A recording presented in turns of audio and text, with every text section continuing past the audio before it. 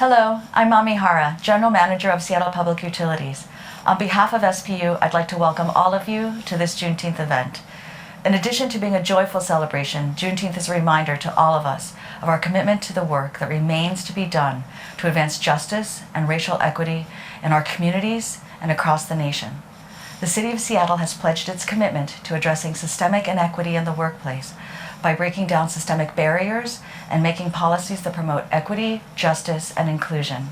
Juneteenth reminds all of us that in order for that to happen, each of us has to do our part. I thank all of you for being here today and wish I could be here with you. Your presence demonstrates your commitment to a workplace culture that celebrates diversity, promotes equity, and honors the efforts of those who work tirelessly to create a racially just world. I hope you enjoyed today's events. On behalf of SPU, happy Juneteenth. Hello, I'm Emeka Anyanwu, Energy Innovation and Resources Officer for Seattle City Light. I'm excited to have the honor of welcoming you to this year's Juneteenth celebration. Events like this are an opportunity to celebrate progress while also taking the time to reflect on the part of the journey that remains ahead of us. Seattle City Light and the City of Seattle are committed to doing the work that we need to do to both reckon with the racial legacy of our society and to build on the incredible accomplishments of those who've gone before us. Thank you for being here. I look forward to celebrating with you. Hi everyone, my name is Ken Snipes and I'm the Chief Administrative Officer for Seattle Public Utilities. It is my pleasure to welcome you to this year's Juneteenth event. Juneteenth represents a significant point in African American history, but not only African American history, history of the United States. A couple of things I want to share with you is that I actually had the pleasure of living in Texas for about 6 years, and while there I learned a couple of really interesting snippets, and I'm going to leave you with a bit of homework from that. The color of Juneteenth is red, and I'd like for you to take some time when you have a chance to figure out why that is. Another thing is that the Texans hold a guy by the name of Gordon Granger in very high regard with respect to Juneteenth. I'd like for you to also figure out why that is. But one thing I want to leave you with is that this is an important point for us because it represents an opportunity for us to really move forward with how we think about equity and inclusion. And the fact that we're here as a collective is pretty significant as well, because I think it is important that we understand that with one voice we roar, but with a collective we roar mighty and powerfully. Thank you for your time. Enjoy yourselves. Thank you. Thank you for coming and happy Juneteenth to everybody. I'm Anita White and I am the Seattle Public Utilities African American Affinity Group Chair. And we want to welcome each and every one of you. Give yourselves a round of applause just for being here. We really do appreciate you, and we appreciate all our dignitaries that are here today. I want to remind you to please take, if you don't know anything about Juneteenth, you will find this outside on the information table, and it will give you plenty of information about why we celebrate Juneteenth. It is important, and especially here in Seattle. I'm an original Seattleite. Now, how many original Seattleites do we have in the house? Okay. All right, we are so glad that you're here. And all you transplants, we're glad you're here too. We really are. I'm not going to take up too much of your time. I want you to put your hands together, though, for the City of Seattle. Now, let me make sure I say this right. City Light Black Employees Association. Show them some love.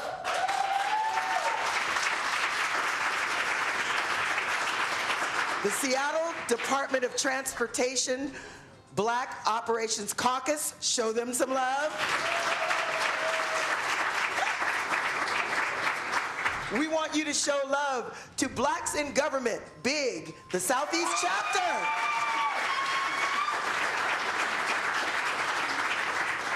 And my personal favorite, but only because I'm biased, Seattle Public Utilities African American Affinity Group.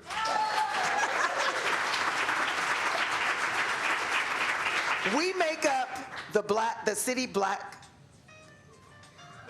let me say it right, the Black City Collective, which we just started this year. And we did that in order to all come together to show our solidarity in the community as well as for the city. Now at this time, I would like to introduce the mayor of Seattle, Please put your hands together and show her some love, Miss Jenny Durkan.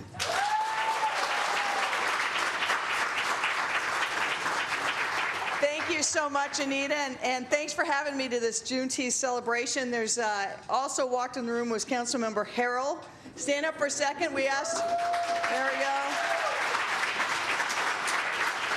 Before he walked in, they asked who was from Seattle, Bruce, and so we got to, do that bulldog chant, I guess. So I want to thank everyone for being here. It's good to get together to celebrate, but we shouldn't lose track of what brings us here together and the shame that this, in many ways, this event. Hey, we got music going. It's in the background, sorry. No, I like it. And in Seattle, it took a while. The celebration, I think the first one I can remember was about 36 years ago. Yes, I'm old enough to remember that, when Charlene Williams and others in the Central District decided that this needed to be marked and celebrated in the city of Seattle. We know that we've come a long ways, and there's much to celebrate. And even here in the city of Seattle, we were able to pass a program so that every student who graduates from the city of Seattle high schools, the public schools, gets 2 years free college.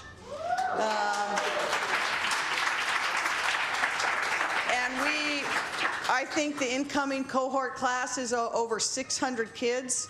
I've spent time with them. Most of those kids are students of color, many of them immigrants and refugees, and almost all of them the first in their family to go to college. So it's going to be an amazing thing to get them debt-free to college, and now we're going to match it up with jobs. And Councilmember Harrell has been a leader on that and other issues on equity long before I got to this chamber. So I just want to thank you, Councilmember Harrell, for all you've done for the city of Seattle.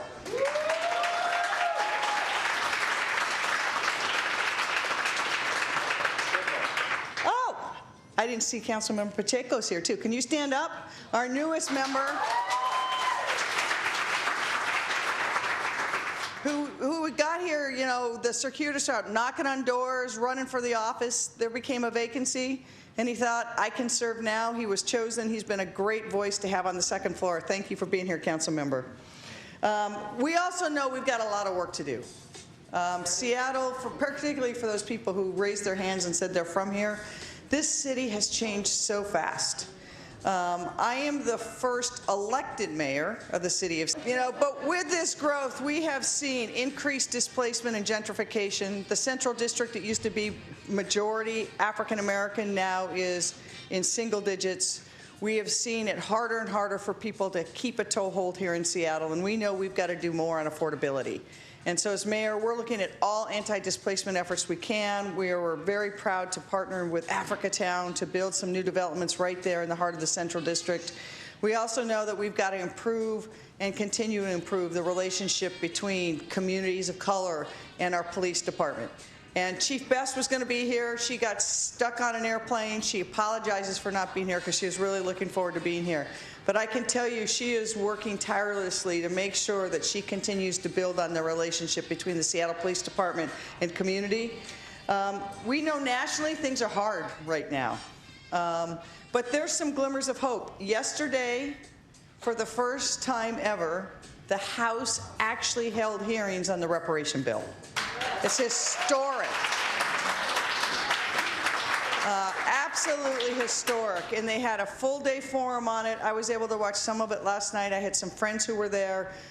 Full-day forum on it and watch that. And to daylight that and say, we really need to take that seriously, get it to its hearing in Congress, and move it forward. So while there's challenges, we also see glimmer of hopes, but it doesn't happen. None of this happens without community. The voice comes from community, the energy comes from community, and it is community-based organizations that lead, and the city has to learn time and time again how to not only get out of the way, but to empower those voices. So as mayor, that has been one of the greatest honors to be able to do. I thank you all for being here. The food smells delicious. And who's next? Yeah, you're in charge. How are you? Thank you very much.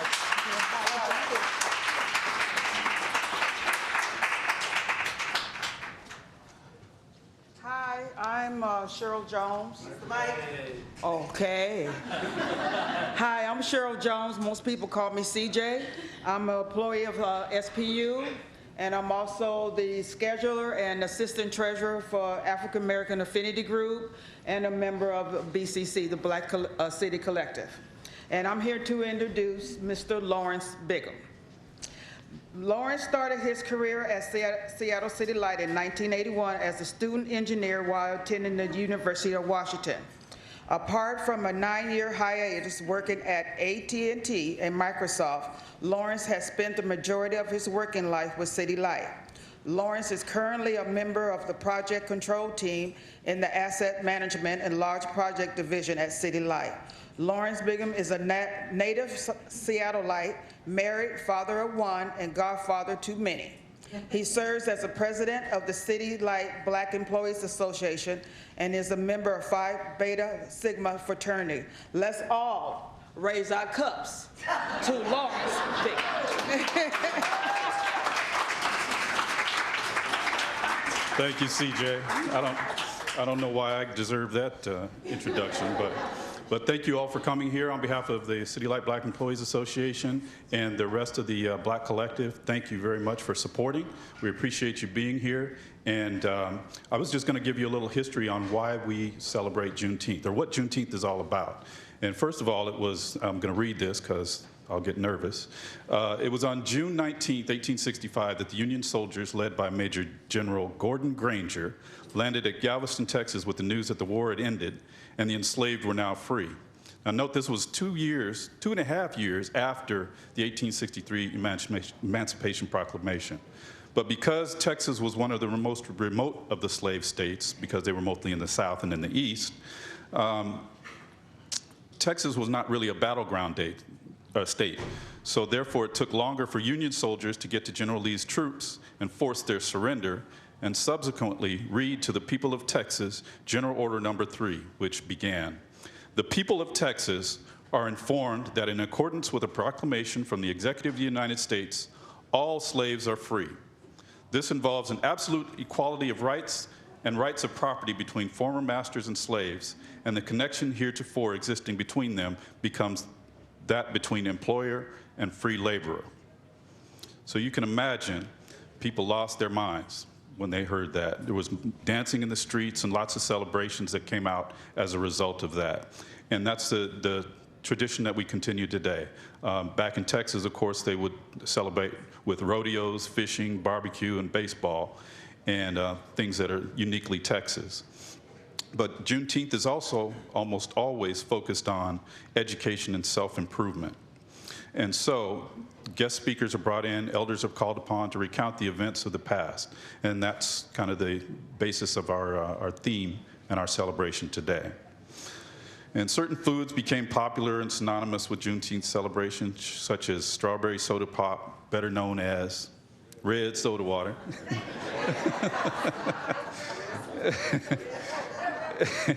And more traditional, just as popular, was the barbecuing. And it was interesting to find out that the barbecuing in the early days was reminiscent of the ancestors and the foods that they used to cook. So people would barbecue in order to have that sound or smell that kind of triggered fond memories of their past. So that's why the barbecue pit is a central part of our celebrations. And let's see, what else can I tell you? Well, I just want to say it's important to us in Seattle, as many are transplants, to recognize, from Texas, to recognize the past, keep working hard in the present toward fulfilling the dream of what the future can be. And this is done by what we're doing right now, is creating and maintaining community that can communicate truth and education so that we all may be enlightened. Knowledge is power.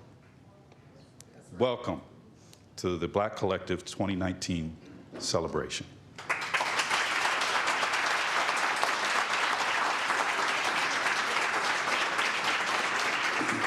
So next on the program we have Marta Idowu, sorry, and she will give our special presentation. How is everybody doing? Happy Juneteenth. Is everybody happy to be here?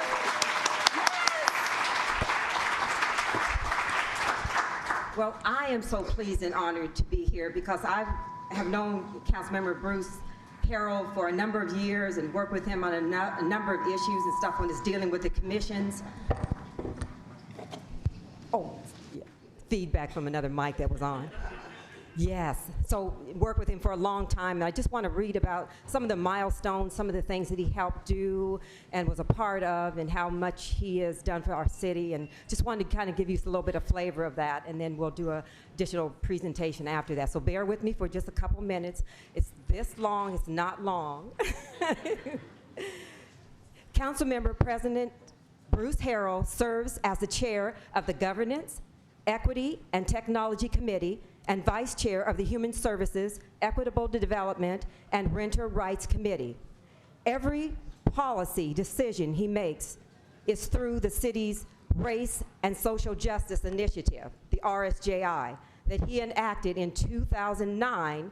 This unprecedented RSJI legislation required Seattle to recognize both the diversity of our city and the diversity of opinion before taking legislative action or anything on any budget decisions. And that means reviewing and making policy decisions using a racial equity lens.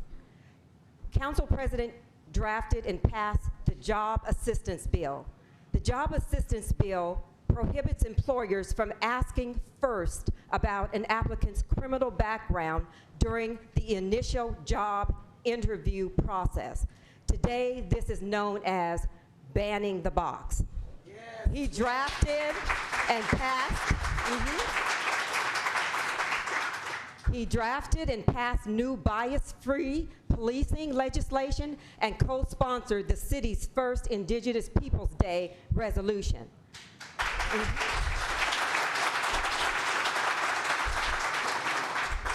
The new bias-free policing legislation was approved both by the Department of Justice Federal Monitor and the United States Federal Judge as part of the city's consent decree.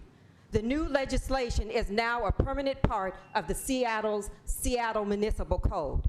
He also co-sponsored the city's first Indigenous Peoples Day resolution on the second Monday in October, traditionally known as Christopher Columbus Day. He sponsored many budgets. Yes. Yes. He sponsored many budget requests. Some of more the recent requests include funding that it provides ongoing support for the Northwest African American Museum, yes, as well as racially equitable organizations such as the Martin Luther King Jr. Commemoration Committee.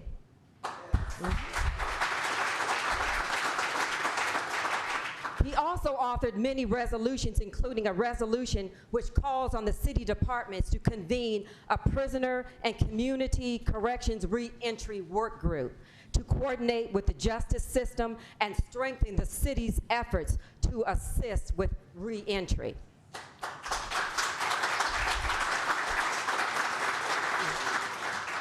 Council President is currently working on legislation that would optimize the City of Seattle's usage of women and minority-owned businesses, enterprises, which is known as WIMBYs. The new legislation will require the City of Seattle to make good on State Initiative 1000. Initiative 1000, it has passed the Washington State Legislature. This legislation has afforded some flexibility in how state, city, and local municipalities establish WIMPY goals and how we implement policies and achieve such goals. The Council President is currently establishing a framework in which to optimize the city's usage of women minority-owned business enterprises and further establish policies intended to drive sustainability for such usage. This new legislation will address discrimination and a contracting playing field greatly tilted towards incumbents, long-established firms and businesses that enjoy the benefits of discriminatory networks and contracting requirements. Council President Harrell has served on 53 council committees in his time with the city, of which he chaired, co-chaired, or vice-chaired 16. Council President Harrell has sponsored 218 ordinances, 120 resolutions, and 418 appointments. And lastly,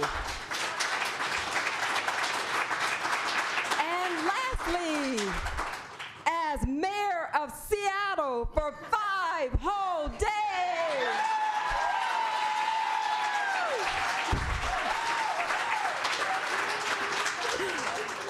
He issued 4 executive orders.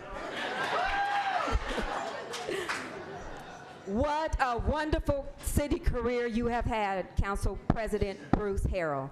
Now, on behalf of the Black City Collective, BCC, and the sponsor groups, Seattle Public Utilities, African American Affinity Group, City Light, Black Employees Association, Blacks in Government Southeast Chapter, and SDOT. We as a collective want to wish you well in all of your endeavors, new adventures, the next chapter of your journey, and want to thank you for your service to the people of Seattle and its rich culture. You have served us well. We want you to know, we know that there is more you want to do and wish you all the best. We would like to present you with a plaque expressing our gratitude, love, care for the service, and how you have supported us over these years. It is greatly appreciated. So if all the group could please come up, we would like everyone to come up. Okay. Council President Bruce Harrell, Seattle City Council, thank you for your unwavering support and guidance.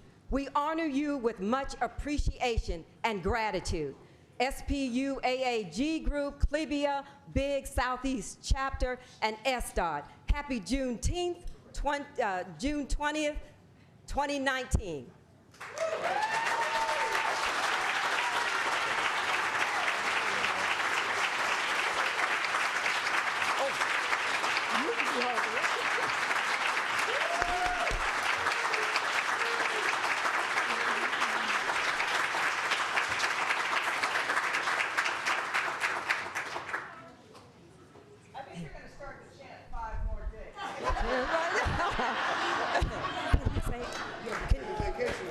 And Council, we would like at this time, Councilmember President Bruce Harrell to say a few words for us. Please. All right. Thank you very much.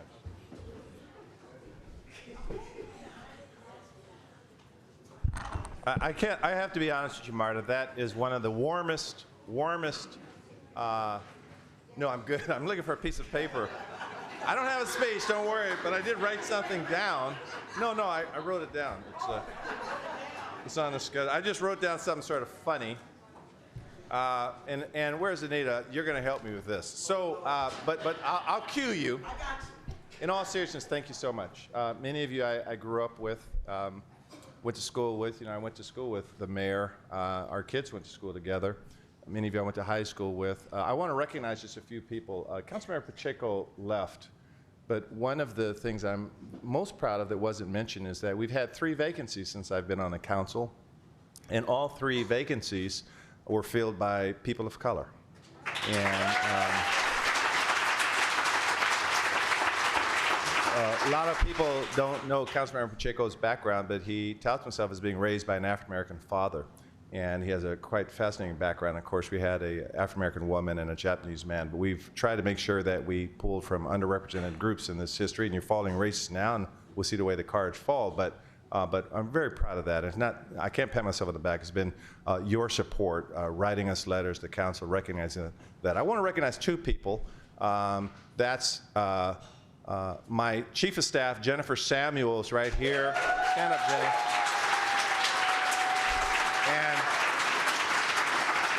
And I lost a staff member into law school. He's transferring from one school to another, and we have not hired her yet. She doesn't even know this, but she's interviewed today, and she's here today. We're looking on it sort of favorably. That's Akila Williams. Stand up, Akila Williams. Okay. So Akila just graduated from college, from Eastern University, and I've known her since she was, I think, in the 7th grade.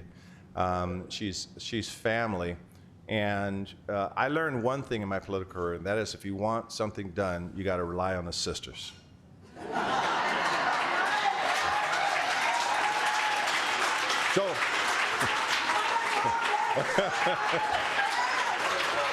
So just a quick minute, Anita. I'm going to tell you, these are such incredible times. Come here for 1 second, Anita, please.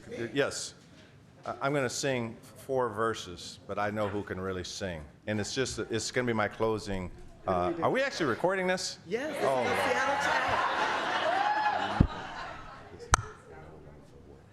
okay. Oh, okay. Okay. I see trees of green and red roses too. I watch them bloom for me and you. And I think to myself, what a wonderful world. Now let me tell you why I sing that song.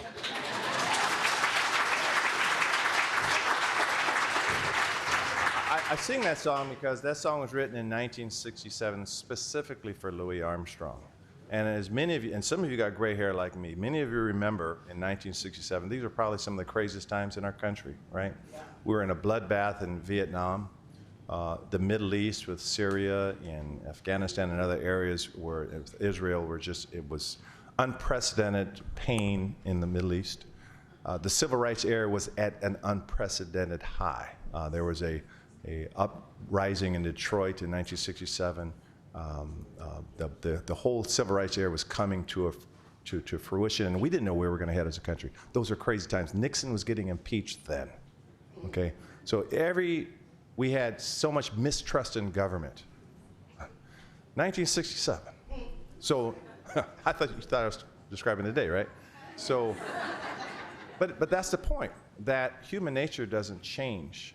Human nature doesn't change. The incredible wealth strata that was put in place in 1967. So much wealth and so much wealth up here and so much poverty down here. So where we are now, things haven't changed. Human nature hasn't changed. In 1967, Louis Armstrong, I don't know if many of you know this, I was an old trumpet player. My father was a horn man.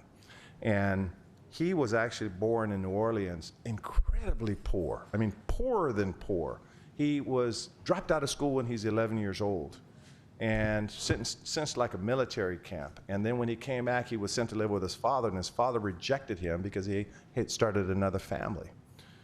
This Louis Armstrong actually adopted a little boy that was 3 that was severely mentally disabled. This man was filled with love, born in abject conditions, but gave us that song during crazy times. So when I tell you I received this word from you, dealing with all this craziness, Seattle is dying, Seattle is not dying.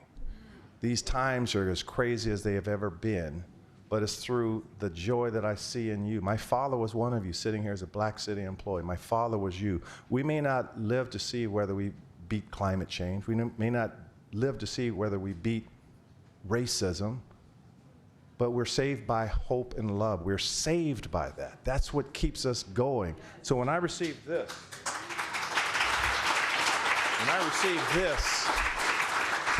and I have to go, and I have some real tough stuff I'm dealing with upstairs on our floor, as we always do. When I see this, then I go back to Louis' message, what a wonderful world it is. So thank you very much. I receive this well.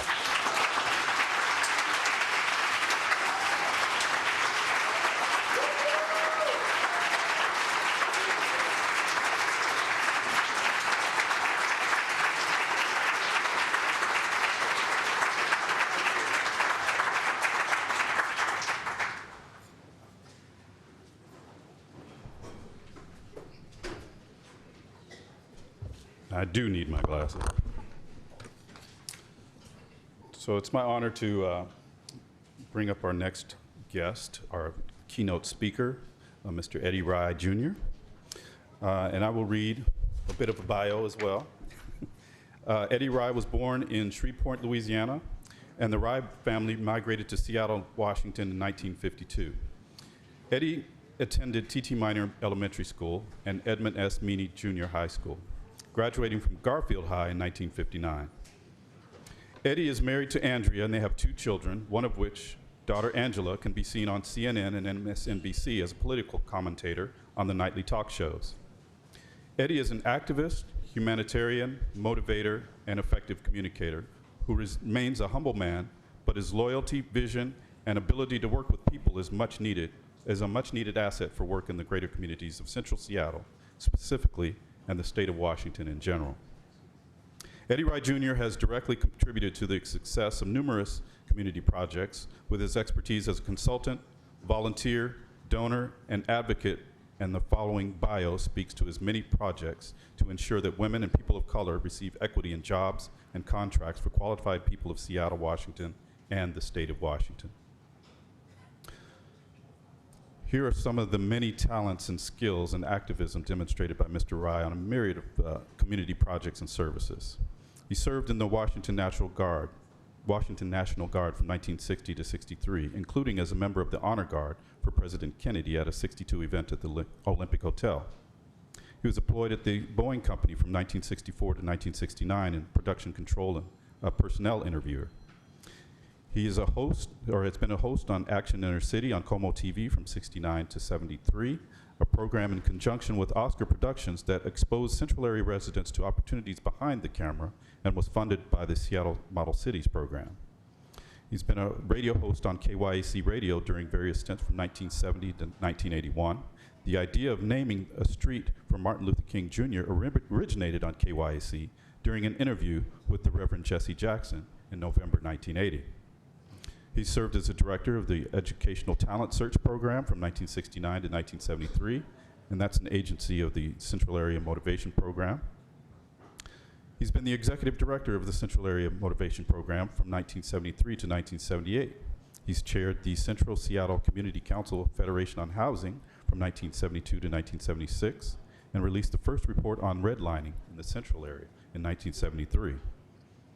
One of the occupants of the Beacon Hill School in 1972 that became El Centro de la Raza, the organization will be celebrating 44 years of serving the people in September of 2016. So 3 years later, 47 years. He's been a co-founder of the Seattle-King County Martin Luther King Jr. Celebration Committee from 1983 to the present. And at the 1999 Seattle ML King rally, Eddie proposed that Councilman Larry Gossett promulgate legislation to officially name the county for Martin Luther King Jr. In 2005, Governor Christine Gregoire signed the bill at the King County Courthouse. He's been the Washington State campaign manager for Jesse Jackson's 1984 presidential campaign, and one of the first arrested protesting apartheid in the South African consulate in November 1984. He's also the owner and CEO of Traction Systems, an award-winning government contracting firm that was a recipient of the U.S. Navy's prestigious Captain Edward Ney Award for 3 consecutive years. He's been the co-founder of the Pacific Northwest Chapter, National Black Chamber of Commerce, co-convener of the Community Coalition for Contracts and Jobs, host of Urban Forum Northwest on 1150 AM KKNW, and participated in a successful effort to remove the name of Coon Creek and Coon Lake in Chelan County back to the original name of Wilson Howard. Wilson Howard was a black miner who claimed the creek and the lake. And the National Park Service made it official on November 2019.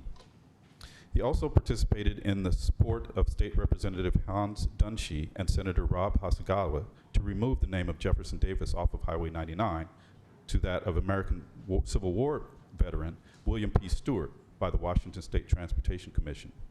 Mr. Stewart is buried in Snohomish County, and his relatives still reside in this county. The first sign for the William P. Stewart Memorial Highway will go up soon. And he's not done yet. So help me welcome Mr. Eddie Rye Jr.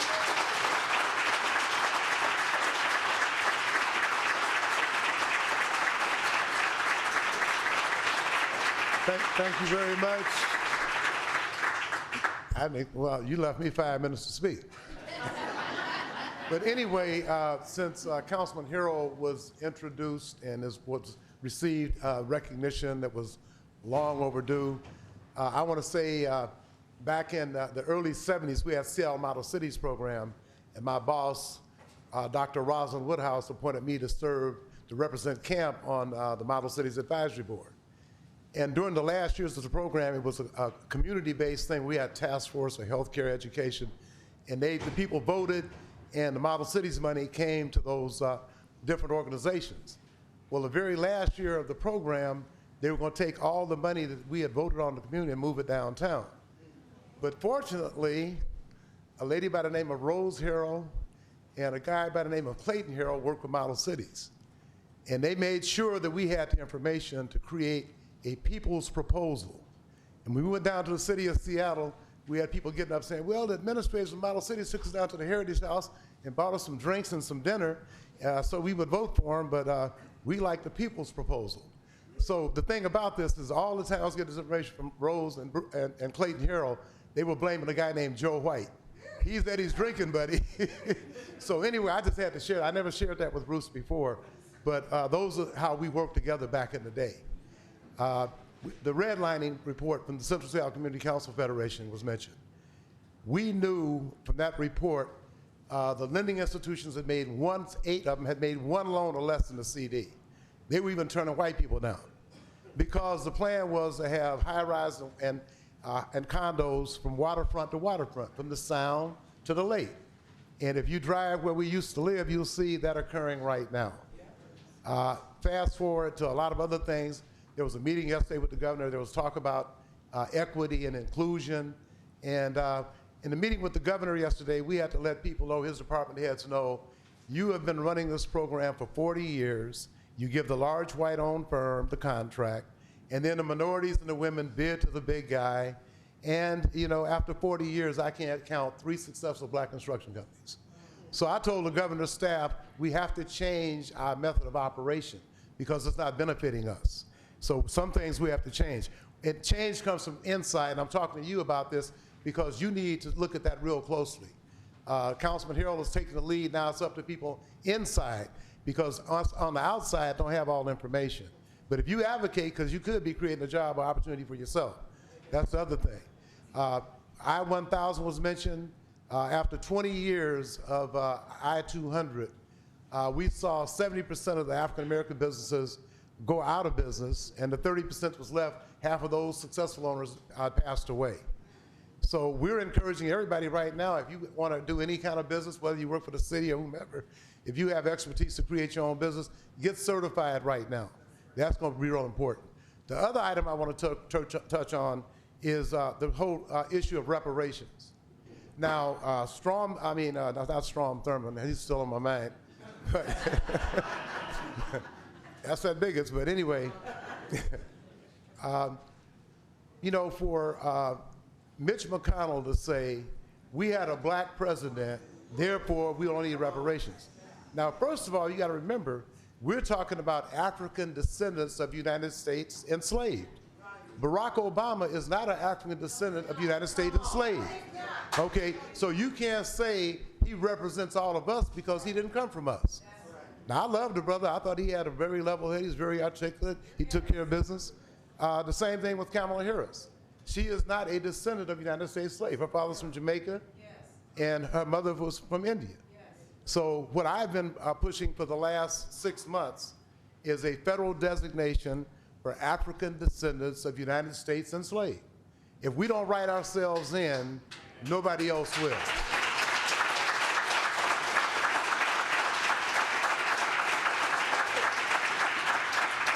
In addition to that, the same bigots that organized I-200 have now organized some Chinese immigrants who are not citizens who showed up in Olympia to protest I-1000. Even though I-1000 passed, they filed Referendum 88. No hate in our state, don't sign Referendum 88. So if you see any brother or sister get collecting signatures for 88, I ain't gonna say slap them, but at least pull, but at least tell them to come see Lady A and get a job with the city. So I'm really encouraging everybody to look at this category. It don't just have to come from the federal government. When we looked at the numbers yesterday, in most public agencies, African descendants of United States enslaved are now doing 1/10 of 1%. The largest contract awarded at Sound Transit right now is to a Nigerian engineering firm. I have no problems with my brothers and sisters from Africa or anywhere else, anywhere on this earth. I respect all humans. But if it had not been for us building this joint for free, as my daughters say, there would be no prosperity. So people can't say that that happened a long time ago, because without the African descendants of the United States enslaved, it wouldn't have happened at all. And they did not get paid, and it's time for us to get paid. It's time for us to be recognized, it's time for us to be included. And everybody has got to stand up and support fairness and equity. If you're not an African American, it don't make any difference. Be fair, be righteous. You know we built this joint for free. We've died in every war, and yet we will allow John Carlson and Tim Ivan, who should be in jail, to organize these Chinese immigrants to kill our action. Okay, and if you look at the latest reports, Secretary Elaine Chao with the Trump administration got her own action. I see why she don't need affirmative action. Her daddy's shipping company is making all the money. And you know, it's really funny how some people don't get touched when they see wrong things happening, like these major contractors around here. There was a contract on the city contract, and a brother that was a retired former Seattle Seahawk got talked about so bad they even put it in writing. Hey, he looks like a testicle, should be put for bid on eBay, and on their business letterhead is the Breitbart website. Nothing happened to them. They went across the Sound Transit and got a larger contract. That's the mentality of the people we're dealing with. And I'm saying it's really, really hard when you don't have the kind of enforcement. I want to talk about two or three other things that has set us really far back. And that redlining is one of the significant things. The other thing that I'm requesting, we've been meeting with Congresswoman Maxine Waters on, we need a bank. We need a bank. State banks are capped at $100 million. Do you know LeBron James makes $100 million? We should be able to get deposits from anywhere in the world, including Russia, like Donald Trump. Okay? The reason why we got swept out of the central area is because of inaccessibility to capital. If you don't have access to capital, you can't make it. So that's why we have to have Brothers and Sisters National Bank that's ready to operate in every state where we are. So Lady A told me not to talk too long, so did Marta. So I just wanted to stop and see if there were any. You want me to take the question? Yeah, because. Oh, panel before the. Okay, all right. Well, I'll just say that. Oh, I still got 4 minutes. Okay, well, I have 5 brothers and sisters. 4 of them graduated from the University of Washington. and we need to make sure that we support our black students. As a matter of fact, on July 13th, my daughter Angela has me organizing an appreciation event for Carol and Riley Payne, who has been educating and working with young students for the last 40 years for NAACP Assoc. And we're going to have an appreciation event for her at First AME. And the meetings will be every Tuesday at 6 o'clock. So if you know any Assoc students, we want them to know about it. Angela will be there. And I also want to say her friend, Rashid, also known as Common, might be there too. He's going to be at the Moore Theater on the 14th, which is that Sunday night. So I just want to throw that in too, family event. Oh, go ahead, yes, sir. So I want to mention something that Eddie mentioned. First of all, the people Eddie talked about were my mother and father, for those that didn't know that. So Eddie was one of the key players on this I-1000, and I want to just talk briefly about that because it's going to affect all of you here. That it didn't just happen without incredible organizing. So Eddie Rye, Brother Weinberry, some others did some incredible organizing, and what was shocking to me was when I had gone out to Olympia to testify with Brother Goss and some others, and I had all my facts, and then I had people ask me some tough questions, but I was prepared for them because they had all prepared me. But I was shocked when I saw the foreign national Chinese there because they had slogans on. I don't think they fully understood the issues either, but they were organized by our opponents. So this is sort of a funny story. So when I had my prepared remarks, and that morning, it was really early, like 6 o'clock, 6:30 on Olympia, they said, well, Bruce, we want you to play on that Asian side of you really hard. I said, well, how do I weave it in? They said, no, we want you to lead with it. I said, I was coming as a brother today, man. So anyway, I thought that was funny. So the work we're trying to do on the council with Eddie and others is we're really going to look at how we as a city are using minority. Now, many of your departments prepare through your RSGI teams the matrix that talks about minority-owned businesses and how you do it. And we're going to do a deeper dive on that. I want to see exactly who we're doing. We got to take advantage of between now and when that referendum's on the book. We want to have some wins, some serious wins. So that's what this work that I'm going to be doing with this brother. We're going to have some wins. So by the time that 88, if it gets to the ballot, we'll have all of our success stories here at the city of Seattle we could show by. But we got to thank this brother for that work right here. Thank you very much.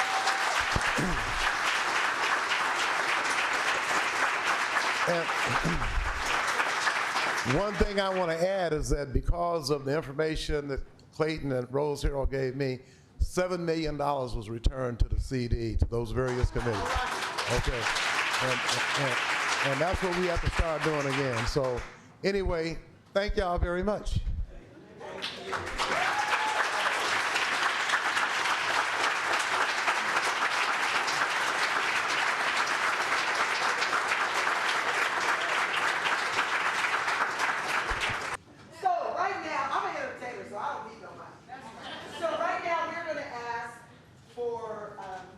Facilitator to come back up, Lawrence Bigham. We're going to ask our panelists to come up. We have Detective Denise Cookie Bolden. Come on up. Y'all show her some love. Now, I don't have her bio with me, but I know that, yes, right there.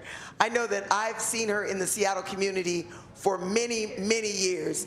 I've seen her interact with our youth in the community, as well as adults in the community itself. We also have J. Paul Blake, who is joining us on the panel just because I saw him and he's my friend.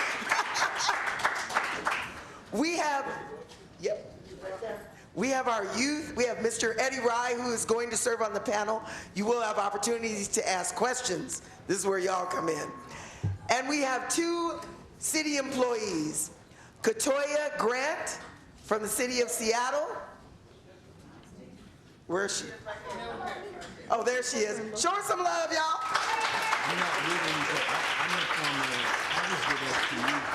And we decided we really needed the youth to come up, and so we needed a transplant. And we have Christopher Tipton from Memphis, but now lives in Seattle.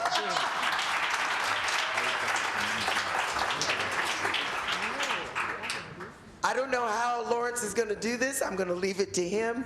We're talking about Seattle Black history, past, present, and future.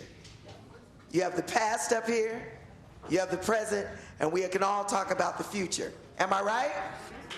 All right. All right, I guess I'm going to start here as a moderator and just find out if there's anybody here that has some specific questions about anything about Seattle's past, present, and future to direct to one of our panelists. Yes, a question in the back. I agree with you. And I work with the homeless encampments, and I have adopted the Othello homeless tiny houses as well as Georgetown twice a week. I pick up food, and I do this all on my time, even though the department has let me, do it while I'm working. I do pick up food twice a week from different stores, and I take the food to the homeless tiny homes. But I agree, we need to do more for our homeless people. Rather than just trying to get them off the street. We need to not only get them off the street, but we need to find out why are they on the street. A lot of times it has to do with mental illness. And sometimes it has nothing to do with mental illness, just somebody is out of work, can't pay the rent. So where are they gonna go? They're sleeping in their cars, and they're pushed out of the places where they can sleep in their cars at, and some people don't have cars. But I do think we need to do something. And from my understanding, there's a complex where they're gonna be building 600 low-income apartments for homeless people and people who are low income. And I think we need to keep a watch on that so that they don't start putting other people that do not need to be there. We got to make sure that it is for the people at need, the people that's on the street now. We need to make sure that they are the ones who are going to get these various apartments. And right now, some of the community people, they don't want this in their community. But yet, a lot of times, they don't want it in their community, but they will put the drug houses and the drug treatment places in our community. So we need to share it all around. And this might be a nice place, and I believe it's waterfront, but we need to make sure that we are on the tables, like the man said in the back. They need to be on the table. Don't just have the community people who are making the decision. Let's have some of the people who are actually homeless tell us what they need and what they want, and let them be a part of this committee to make sure that these homes are for the people that they are being built for. Thank you. Thank you very much. Any other panelists want to address that? Yeah. Good afternoon, everyone. And is this on? Yeah, we can hear you. Yeah. And beyond the fact that I'm an FOA friend of Anita, the reason I guess I'm here today is I formerly served as, for those of you who don't know me, I was a communications director and community relations development director at Seattle Public Utilities for 13 years. And currently I'm serving on the board of the Black Heritage Society of Washington State, which you can make a comment about later. But in terms of the homelessness issue, as a matter of fact, I just had breakfast with a friend in the U District this morning, and we were talking about this issue. And I guess my suggestion is only worth those, as I'm sure many of you have ideas about how to address this issue. But my sense has always been that we need a fully comprehensive city, county, private sector collaboration to address the issue of homelessness here. And as Cookie mentioned, of course, beyond drugs and other things that, and just bad luck that lead to people being homeless, I believe it's, mental health is a major factor in the issue of homelessness. So it's great to see companies like Amazon stepping forward finally, and Google and some of the other tech sector industries looking at this issue and beginning to provide more support for it. But it's really going to take a comprehensive city, county, private sector program to put people in places where you're not just dealing with their addictions and their issues that led them to, but helping them with life skills. And so you can get them to maybe get away from the drugs and the other issues, but if they don't have the life skills and know how to get a job and attain a job and pay bills and do the kinds of things that lead to a more constructive life, this issue is not going to be resolved. So that's just my sense on the whole issue of homelessness. Ready, Eddie? Recently, I had Congressman Bobby Scott on my radio program from Virginia, and he broke down what could happen with the $1.5 trillion tax cut that the wealthiest in this country received. And he said, if we took $100 billion, that would solve the homeless problem in this country. Another $100 billion would pay for all the student loans.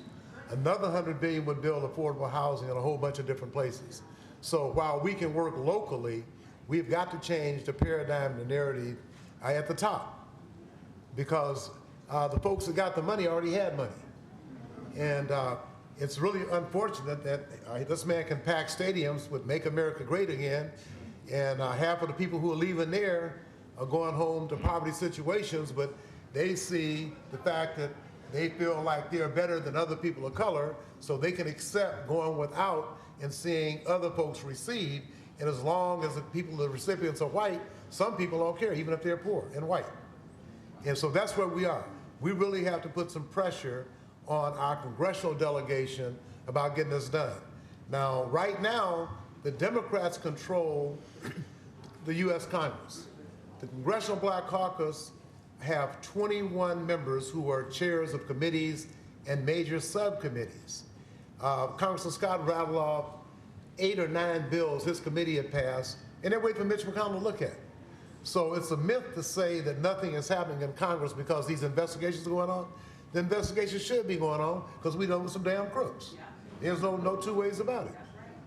Every time you look around, you got Trump and his family under some rich people like the Saudis. They came over here and killed 3,000 people. A lot of people are still dying. On 9/11, the only planes flying were those of the Saudi royal family. And yet, you're going to give them all them weapons again? So this time they can kill 300,000 instead of 3,000?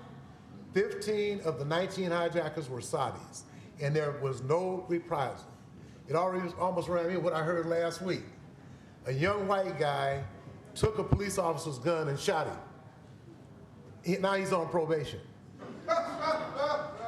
See, I'm just saying, I mean, this white privilege in this country, it goes to the nth degree.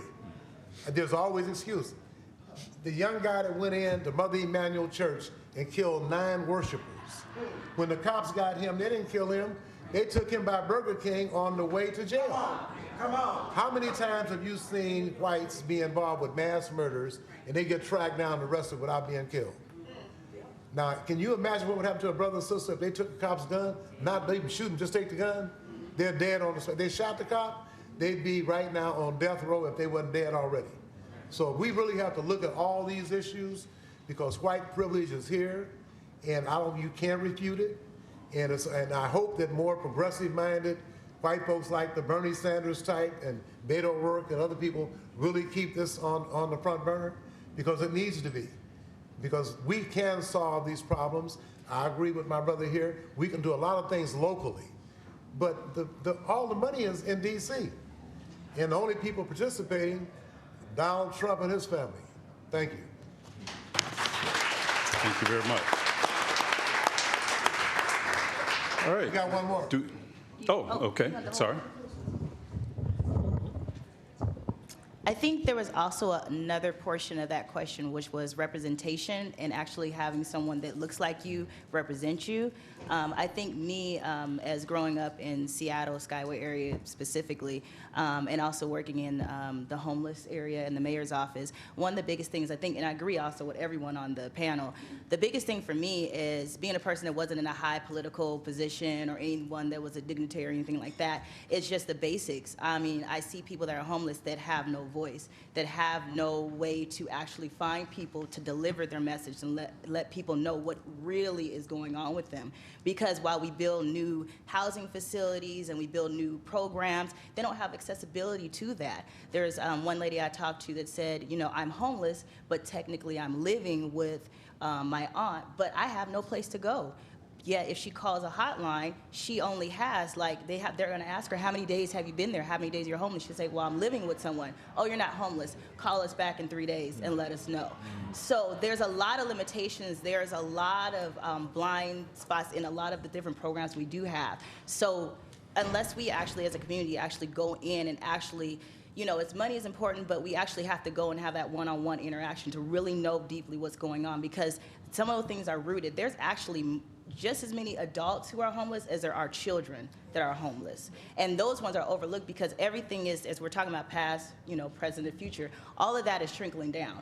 You know, there's a big thing and we see this big iceberg, but underneath that, there's all these other things going on that I think that sometimes there's so much distraction going on that we're not even paying attention to the minute little things that are happening and occurring. Whether it's someone that's skipping school too many times, or they're noticing, oh, they're not going to school, or what's going on. Those small things that start to show that eventually they say, oh, they don't have a place to change, they don't have a shower, they don't have a place to sleep. Those things are sometimes being missed because there's all these big picture items that nobody's actually thinking about. What can we put forth to start so we don't have this trickle down effect? Because while we're dealing with this flood, there's at the end of the spout, there's like a dripping, a constant dripping, and we're not using a bucket or anything else to catch that before, boom, it explodes, and now we have a spillage. So I agree with everyone, but I just feel like we do actually have to do some more of those in-depth, like little things to start paying attention to those little key things that are happening before we have that big flood.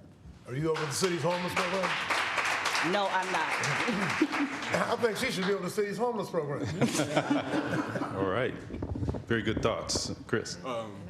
I think to answer this question, as a transplant, I came from Memphis. I came here right out of college, and I think just by default, I feel like I'm a part of the problem as well as coming up here, and I'm able to, like, as a college grad, I'm able to, like, get gains of, like, new opportunity of careers, and with that comes more financial stability. And with that, you know, there's also representation as a black man that I have to also help future generation, other kids come up and say, like, hey, in the city, you have these opportunities to be in politics, in engineering or something.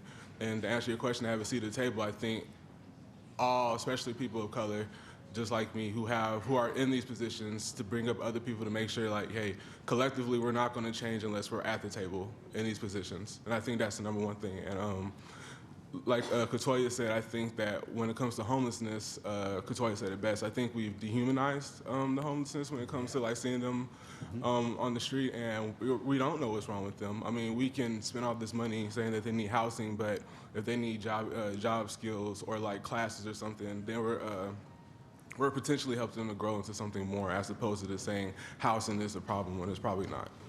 That's all I would say. Yeah, and can I just add one more thing to that? We see, when we go to the homeless encampments, or when I go there, we think adults, homeless adults, but there are tons of teenagers in there because their parents are there. There's so many kids, and I feel sad for the kids that are living like this, and then I go back 6 months later, and they're still there. So we got to realize it's not just adults. There's kids, lots of kids. Thank you. Well, I think we got a pretty good and diverse view of that situation, and I thank you all for addressing that question. Yes. My question is about jobs. I attended Seattle Community College and went on to University of Washington, and my academics were kind of interrupted by my involvement with the Central Area Contractors Association. Yourself, Eddie, and Tyree Scott and some others who are out there in the streets bringing attention to the lack of minorities, especially blacks, in the trades, in the trades. And so since that time, I haven't seen blacks come into the trades, the doors that we were out there pushing to make open, to be not just subcontractors, but general contractors. I don't see that progression. Could you tell me what is happening since then? And all this building, I mean, there's more than 65 or tower cranes in the city of Seattle, and that's a measure of how well this metropolitan area is doing. And those are good jobs for folks to be having. People that look like us to have good jobs like that. What is happening to get brothers into jobs, like brothers and sisters into jobs like that? Let me before you answer that, I want to just kind of dive into that a little bit more. I remember you mentioned earlier that what we're trying to do is we're trying to get more of us be not just subcontractors to the majors, but actual contractors. Now, you've talked about a little bit about what you want to do, but I'd like to hear more about what are the tactics that we're taking to get to that point. It's good to talk about what we need to do, but what are the tactics that we're going to take to get there? As was just mentioned, after several buildings were closed down by the United Construction Workers Association, including the King County Administration Building, the SeaTac Airport, we actually closed the airport down. I wouldn't go on the runway. But back in those days, they didn't have computers. So people would get in line and say, we want to go to Birmingham, Alabama through London. And so they had to cancel all these flights. And then finally, a gentleman who's now a judge was an attorney for the UCWA. They had a federal lawsuit, and the judge ruled that 5 building trade unions had to dispatch a black to every white that went out. The problem is most contractors come out of the trades. And right now, blacks can't get out of the apprenticeship program. Come on. And there's serious racism in the construction industry. We just have to face it. Most blacks you see a hole in the sign. You hardly ever see them anywhere else. And that's why I mentioned earlier in my remarks that we're not participating because we're being cut off at the very embryo stage of the apprenticeship program. So I do say that we have one good thing happening. Yesterday, we were informed that the McKinney Coalition, there's going to be the building of 22nd and Jackson, was originally SOIC, which was the SDI, will be turned over to the Reverend Dr. Samuel, will be the Reverend Dr. Samuel Berry McKinney Community Preservation and Development Authority. So the gentrification can stop on that one block. And we will have 3 apprenticeship training programs. We'll have a business development center there. The Urban League will be housed there. We'll have other programs to help uplift our folks. We're not going to discriminate against anybody else, but it will be Afro-focused. It will be focused for us because we've been left out. That's right. The program was brought back as part of the Great Society programs. And you hear some of the people, the Republicans, well, they had the Great Society programs. Well, what the hell good are they going to do if Ronald Reagan will defund all the Great Society programs? So, you going to give us a 5-year program for 400 years of slavery? Don't work that way. So we do have some hope because I just let the Councilman Harrell know the city had committed $100,000. Representative Sharon Tomiko Santos had this legislation passed, 96-0 in the House, 45-0 in the Senate, but we still have people trying to undercut our efforts. Like, I don't want to talk too bad about the Catholic Community Services, but you need to give Randolph Carter Center back to the black community. That's right. That's where it came from. So we're talking about all these Christians and stuff. When it comes down to practical application, they seem to get amnesia. Archbishop, let's get off the dime, Archbishop Sartan, and make people do the right thing in the Catholic Church. Keep it real. Thank you. Thank you. Excellent. Let's see, let's go to this side of the room. Yes. Thank you. She's the host. Good day. I'm Tana Yasu, and I'm a Seattle Women's Commissioner as well, and so I'm glad to be here, and I'm glad to hear all these things and see all this blaction, as I call it. I just wanted to address the homeless issue and to say, to come to the table, come to one of our meetings at the Seattle Women's Commission here. We meet on the 3rd Monday down in on L2. We did a homeless report. We did a report on homelessness called Losing Home, where that did show that a lot of what's fed into the homelessness situation is straight up racism and the evictions. People getting evicted over $5 and things of that nature. So that has fed into the homelessness and caused this. And so now we do have the new rental reform law that, and so these things are changing. We can start to begin to staunch the bleeding there. So you can come sit at this table. It's my job as a women's commissioner to be the voice for the voiceless, and so I do that, and even though it's shaky. But what is the L2 and when? Down on level 2, L2 here. Oh, here. So you take the elevator down to L2. Okay, I didn't know it was here. L280. So I have cards here. They'll be here. So there's that, and there's also, like we said, the I-1000 is also going to be changing the joblessness and just education, everything for veterans, people of color, women, disabled, or I could say differently abled. So these are things that are happening. So come connect with us. I will definitely be connecting with these organizations, and yeah, we have to take care of our own, basically. Thank you. Thank you for that input. Yes. Any other questions? Just so everybody will know, the African American Advisory Council, it meets tonight at SVU, is it SVU, SUV? SVI. So Thursdays, 6 p.m. Come voice your opinion, and then if you have police-related questions, that's where usually you have the captain of each precinct at that meeting, and sometimes the chief of police. Okay, thank you. My name is Brent Butler, and I work on a healthy aging initiative that's a new program with the city of Seattle. And I have a question. My question goes to something that I'm seeing that's alarming in the black community. It harkens back to that old saying that James Baldwin stated that not everything that is faced can be changed, but things that are not faced may never be. And in looking at the Centers for Disease Control statistics, 43% of all new HIV diagnoses are in the Black community.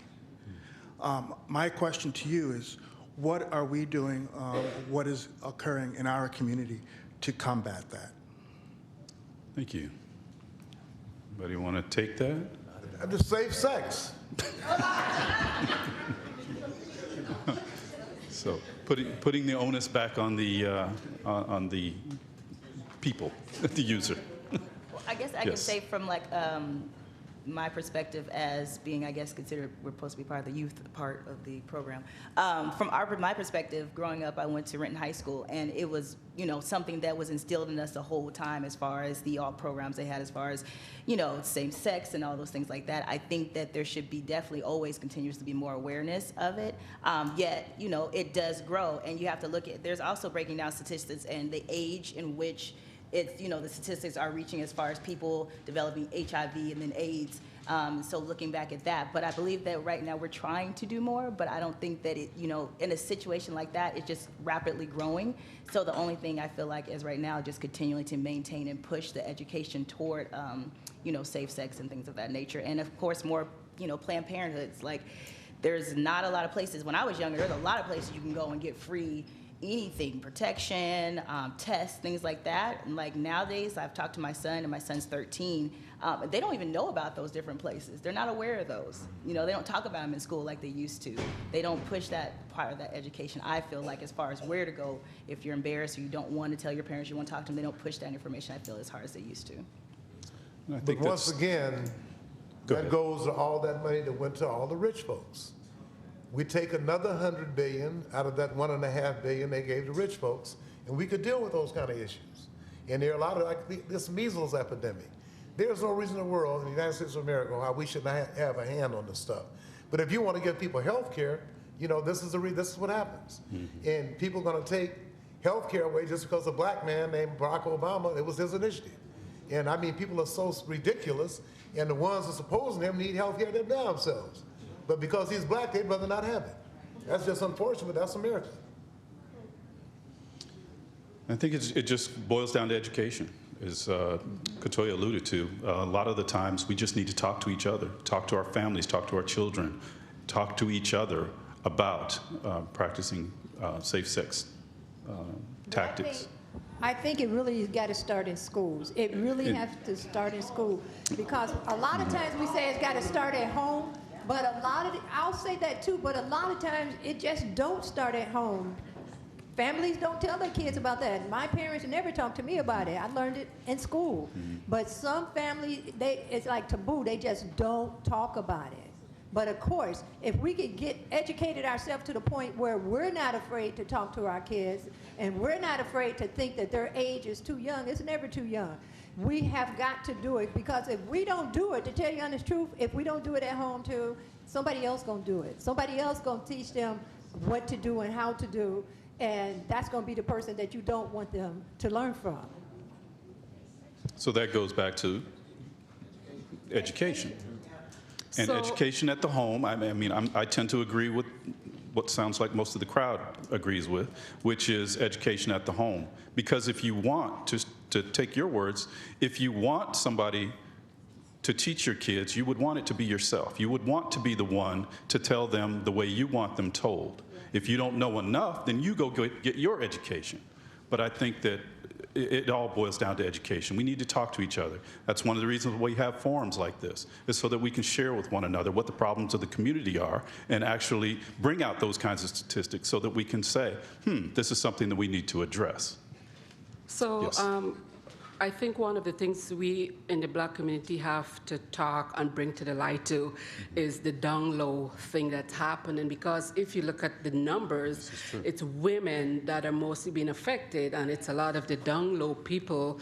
Their wife think they're having safe sex, but they don't know what their husband is doing, you know, when he's supposed to be at work. So it's not only, you know, educating your kids, but it's having man-to-man conversations. You know, I have 3 daughters, and I'm like, when you're out there looking for a husband, number 1 question, are you down low? If you're down low, you're not for me. You know, keep stepping. Okay. You had a follow-up?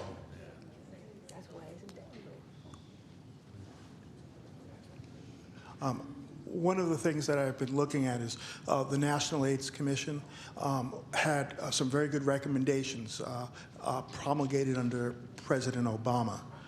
It's been since, from what I understand, disbanded, but the approach that a lot of public health authorities are taking are the recognition that there are some new drugs, and one of the programs that I've seen in a state, New York State, is what they call U equals U. And what that means essentially is that if you are HIV positive, because we do as a black community have a high viral load. Every year, 43% of all new diagnoses are in the black community. So that program that they've initiated is U equals U, which means undetectable for 6 months or more equals untransmittable. So the goal of a lot of health agencies is to make sure that the drugs that make our population undetectable are widely disseminated to reduce and almost eliminate new diagnosis among our community. So that's just one of the approaches that many African American health professionals are promoting.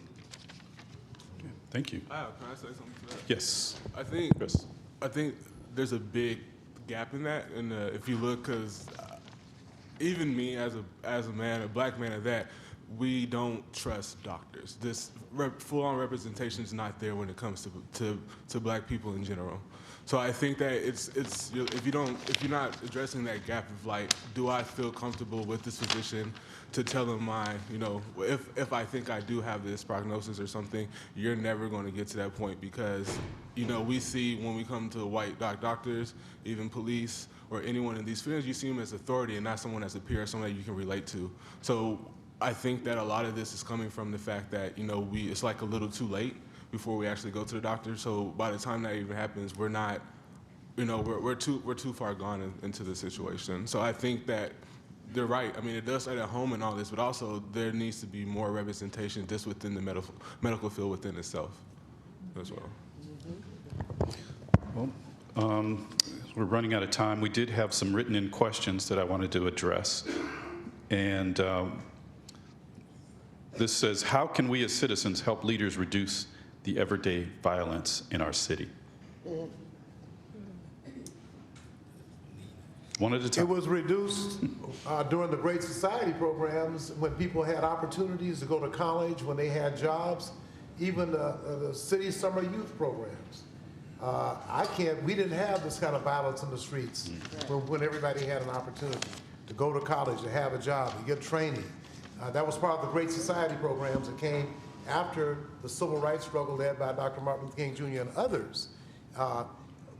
President Lyndon B. Johnson signed the stuff off, and it was aimed at African descendants. That's who it was aimed for, and then bigots started watering it down, so we got left all the way out.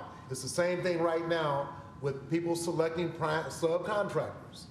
We are the absolute last to be selected. And if you don't get selected, you can't stay in business if you're not getting no business.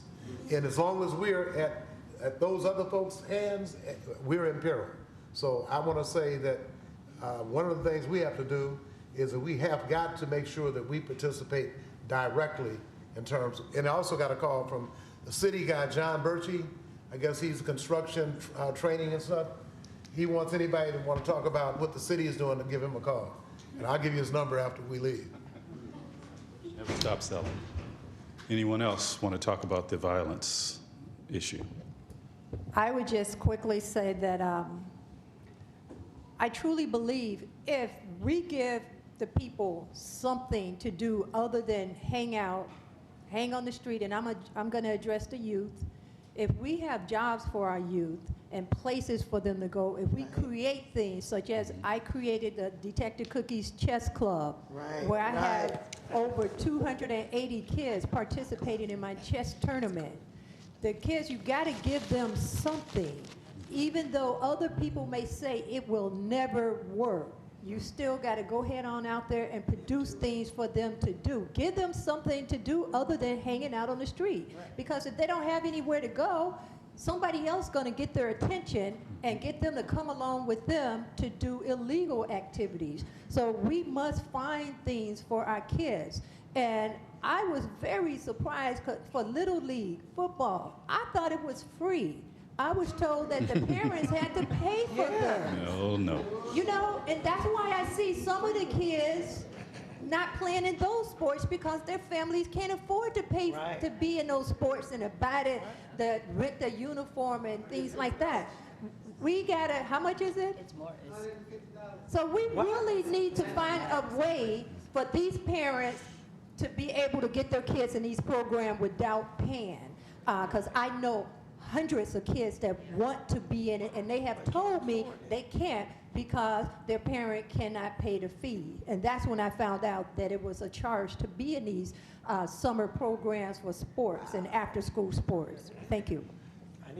The city needs to have, through the park department, need to have a budget so these young folks can participate. That's right. And so that would probably take up half the police money that they're used to spending right now by having them doing something positive. That's true. That's true. And I'm thinking that, well, the chairman left and the mayor left, but they really need to consider that.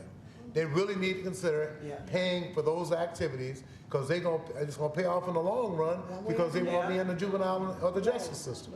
So that's a recommendation we go to make. Eddie, not only in Eddie the, kind of in picked up on what I was going to say: education, participation, recreation, those things that are needed. And you know, I did want to hopefully take an opportunity. I hope it seems relevant here.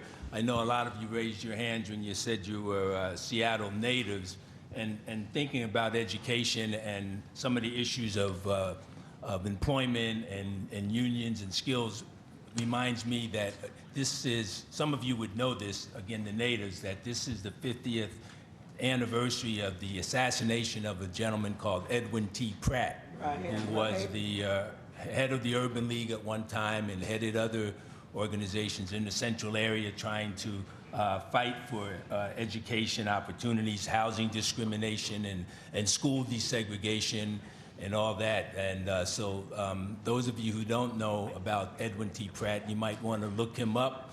And in fact, just recently up in Shoreline, they named a new early learning education center in Shoreline after Edwin T. Pratt. And that's where all the preschool programs up there in Shoreline are now housed. It's an unbelievably beautiful facility. And if you get a chance to go up there and see it, I hope you will. And I mention that, frankly, to again give a plug for the Black Heritage Society of Washington State, which I hope you become familiar with. We, in fact, Cookie mentioned a meeting tonight. We have a membership meeting tomorrow at Langston Hughes Center from 12 to noon. It's the membership meeting of the Black Heritage, noon to 2. Did I say 12 to noon? That'd be a quick meeting.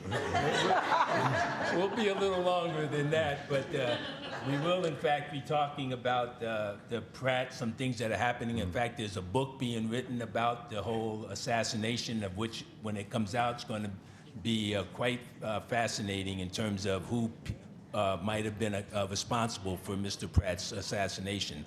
But anyway, I hope you become familiar with the Black Heritage Society and look up the history of Edwin T. Pratt. And I want to add that that building that's named for Edwin T. Pratt, a 9-year-old white girl started that petition drive, and in 2 years she got what she needed to have. And she was acknowledged by a King County Councilmember with the Martin Luther King Distinguished Service Award 2 months ago. So I want to make sure that you guys know this young white girl did this, and she saw a little marker, and she did some research. She said, oh, no, he deserves more than this. And so let's give it up for her. Her name is Sarah Haycock. Sarah Haycock, and she was in fact featured on a CBS piece not too long ago. Oh, I just have one thing that I wanted to add because those were all great. And I actually am I am the vice president for my son's football team. So I will say, yes, they cost. It costs about anywhere from $150 to $200 and some on some teams. Cheerleaders, the same thing for uniforms, all those. For our team, we actually offer pretty much full scholarships in exchange for the parents volunteering. And so that leads me to my point is that when I was growing up, my mom, when she needed help, we had next door neighbors that would help pick me up and take me to different places or take me to school. We are lacking that. We have kids that we have signed up and we give them full scholarship, but we don't even see their parents. We don't see cousins, we don't see nephew, we don't see anyone. And we're there for, hours with the kids, and they're so excited to play and we're so excited to see them, yet, we're waiting hours for someone to pick them up. We're waiting hours for someone to come be at the games with them. I feel like a key part of that on stopping some of those situations is building our community. And I'm guilty as a parent because I'm busy, I'm running back and forth, I'm trying to work multiple jobs. I sometimes don't have time to go shake my neighbor's hand or meet, in a PTA meeting. However, I think we have to have more awareness on where we're lacking as far as a community so that we can embrace each other's children. Because when my mother was growing up, she knew the whole block to where, when they asked them, Heidelberg, they live over off of Dearborn and 29th, so they knew who they were. We don't know who each other are in our community. I just met my next door neighbor 2 days ago and said hi, and that's sad because when I grew up, we all knew each other around that area. And I think if we have more support from one another, then some of those other issues be tackled. Because if I saw Lewis outside doing what he's not supposed to do, I'm gonna say, Lewis, your mom expects you to be X, Y, and Z places. So it's not only just building the programs, because sometimes we are lacking the support financially, but what can we do in the meantime until we get that money? Until we get that money, we can start doing the essential things that we were doing years ago when my mother was younger and when my grandmother was younger. Those are key elements. And the other part I wanted to pick up from was also just as far as violence and adding to the employment part, most of the people that I know, because when I worked in the apprenticeship office, one of the biggest things were their background. Most people could not qualify, their door would close when it came to checking their background.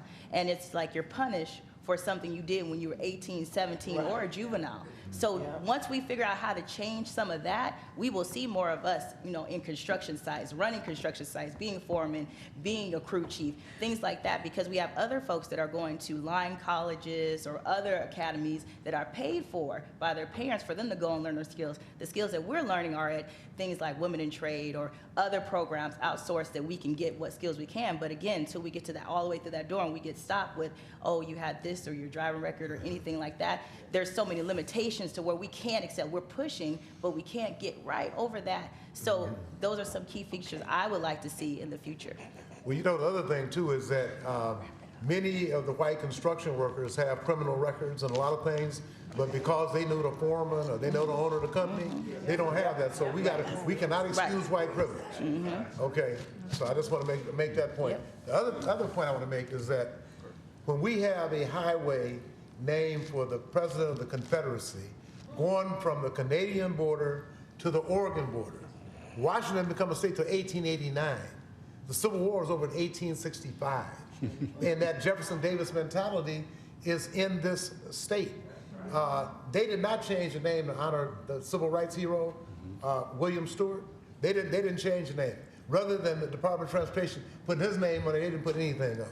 Oh, wow. Okay, so those are the kind of issues we have to deal with. They mentioned earlier about over in, and this is in Chelan County, this Jewish friend of mine, Jonathan Rosenblum, he said, my wife has some property, her family has property in the North Cascades.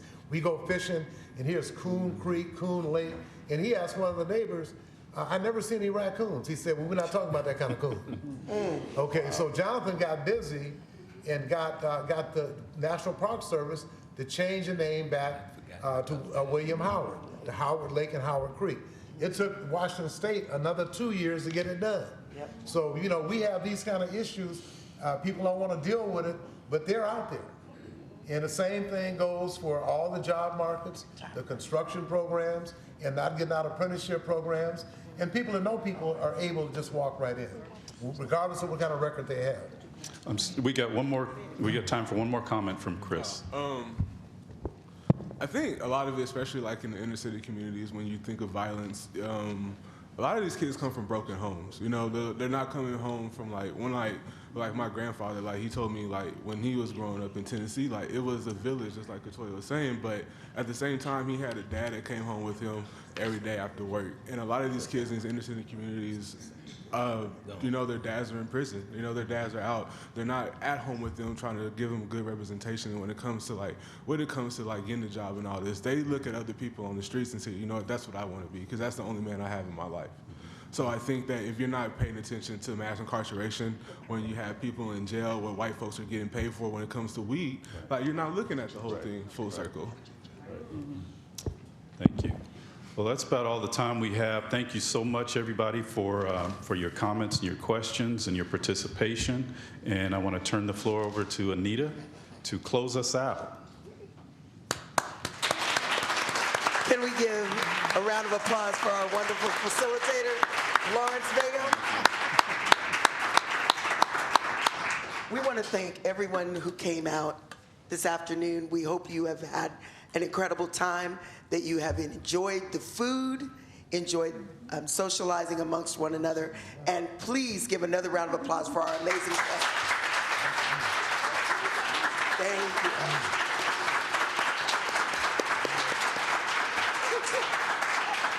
I also want to let you know that each one of these people here means something special to me. They may not know it, but this is something that we need to do in our community and as we come to work every day. Those of us that work for the city, for our homeless community, there are all kinds of things that we can do, but it starts with each one of us. We got to stop making excuses. If I see a homeless person, there's something I can do for them. If it's nothing but give them some water and some food, lead them in the direction that they're supposed to go. This is about helping each other. We have to take responsibility for one another. As all of you know, I'm an entertainer and I travel around the world. When I go to Denmark, when I go to Germany, when I go to the Netherlands, and I see that they have whole villages for the differently abled with doctors and nurses on site, like you see these big apartment complexes we build here in Seattle, they have whole villages like that just for the disabled. And they have, and Washington, we building all these buildings, there's something that we can do. But if you don't see it coming from your community or coming from the government, it starts with you. So let's, one thing, start talking to one another so we can find out. I want to talk to this sister right here. I need to continue to talk to my sister, Detective Cookie here. And this young man right here is a transplant from Memphis, and I go to Memphis all the time. But we are glad that you are here. Happy Juneteenth. And I want to say one thing. What she's saying, what she speaks, she truly does. Because she came to the Othello Tiny House at one of my projects, her and her band, and they performed. And we had food, free food. We made it like a nightclub, and we cherished them to show that we love them. And you wouldn't have never thought it was a tiny homeless encampment, but they made it fun. It was a stage for dancing, and our whole works. They put that show on. We're going to work together some more. So work with your communities, talk to people, and learn about what it is that you can contribute. And this is the other thing I'm going to say, the last thing I'm going to say. Black folks, white folks, Asian folks, yellow, green, purple, LGBT, whatever you are, learn how to work together. Amen. If you have a position and you can help somebody, help them. Don't get in a position and all of a sudden it's all about you. Because none of us is here by ourselves. We need to start helping one another. All right? Have a good day, y'all. Happy Juneteenth.